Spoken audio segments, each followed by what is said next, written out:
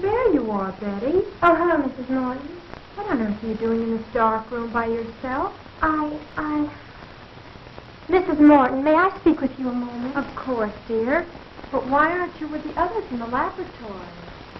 That place frightens me. Oh, it's not that bad. Although I admit it's a bit gloomy. And that horrible mechanical man. I can't stand to look at it any longer. You're overwrought, Betty, dear. There's nothing horrible about a mechanical man. Frank has been working on it for 2 years now. And Jim has been helping us for a year. I know, Mrs. Morton. And I don't approve of James going any further with this experience. But why, dear? Oh, I know it's silly of you to feel this way. It's not everything that's so weird. Haven't you ever thought that something was going to happen to you? Something you know is going to be terrible? And yet you can't explain what that something is. Are my family still around? I don't know. But somehow I have a feeling I'll never manage it. Why, Betty, I've never heard you talk this way all the time I've known you. Is the wedding day set for tomorrow? Yes, but... Oh, Mrs. Morton, you don't suppose anything has happened to James, do you? I mean, could anything possibly go wrong with the experiment tonight? Of course not, dear. Why are you afraid, Betty? I don't know. I just can't stand to have a mechanical man look. I have a feeling it has a dislike. What's absurd? It's just a girl that knows school. There's no power to think for her. I could swear I've seen it look at me with feeling and stuff. Almost as if it was sneering. That's it. Well, I'll go back to the room. Yes, thank you. What's the matter, child? You're trembling. Oh, I'm sorry. I'll be all right. Honestly, I will. You go on back, and I'll be down short.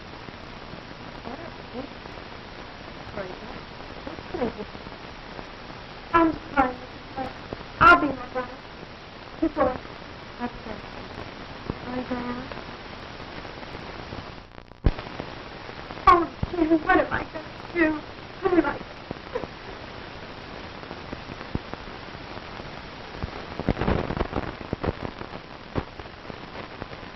There we are.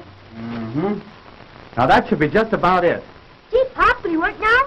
I hope so, son. Oh, Uncle Frank, are you going to make him walk? Yes, in a few moments, Janet. Oh, I'm so excited. Good. Will he be able to talk too, Uncle Frank? Of course not, silly. Uncle Frank told you that 20 times yesterday. No, Mary's right, Janet. You see, this is just a mechanical man. He won't be able to talk. That's about the only thing he won't be able to do, though, Janet.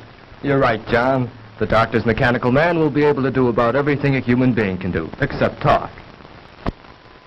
How do you feel now that your work is about completed, Frank? Wonderful, Jane. And I want to thank all of you for standing by me. You've all been a great help. And without you, I don't know what I'd have done. Well, it isn't every day that one has a distinguished brother who invents a mechanical man. And I certainly appreciate the opportunity you've given me, Dr. Morton, by allowing me to assist you in the experiment. That goes for me, too, Dr. Morton. Well, I've learned more in the past month than any of my college classes taught me. You're all very kind, but our work isn't finished yet. We still have a few more things to do, and then we'll all know whether our time has been wasted or not. I'm afraid Betty doesn't share our enthusiasm for the mechanical man, Doctor. Yeah, and she was crying when she left. How do you know? I saw her and she had her handkerchief up to her eyes. Crying? No, what on earth for? The girls are right, Dr. Morton. My sister seems to feel there's something wrong in what we're doing. But that's foolish. There's nothing to be afraid of. I know, Dr. Morton, but Betty is a very sensitive girl. She feels the work exceeding our limits. I'm sure she'll feel differently when she sees the results. Perhaps I'd better go to her. No, James. I know my sister pretty well. It'd be better to leave her alone for the time being. When are you going to time out, Pop? Patience, son. Patience. Now, so hand me that iron, John. This one? Right.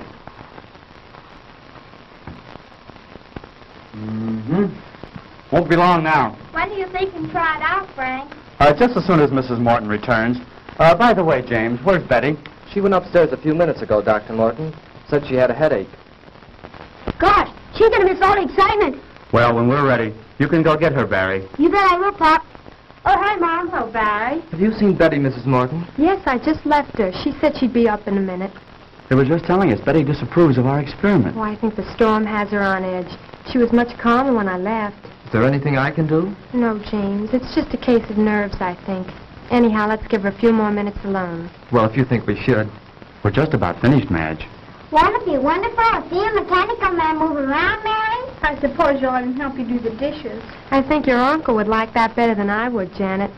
Sometimes think that's why you invented a mechanical man. Oh, now, Madge. Well, you do hate doing little odd jobs, Frank. Well, if Frank's experiment is successful here tonight, none of us will have to worry about any odd jobs again. I can't say that I'd mind having a mechanical man in my business.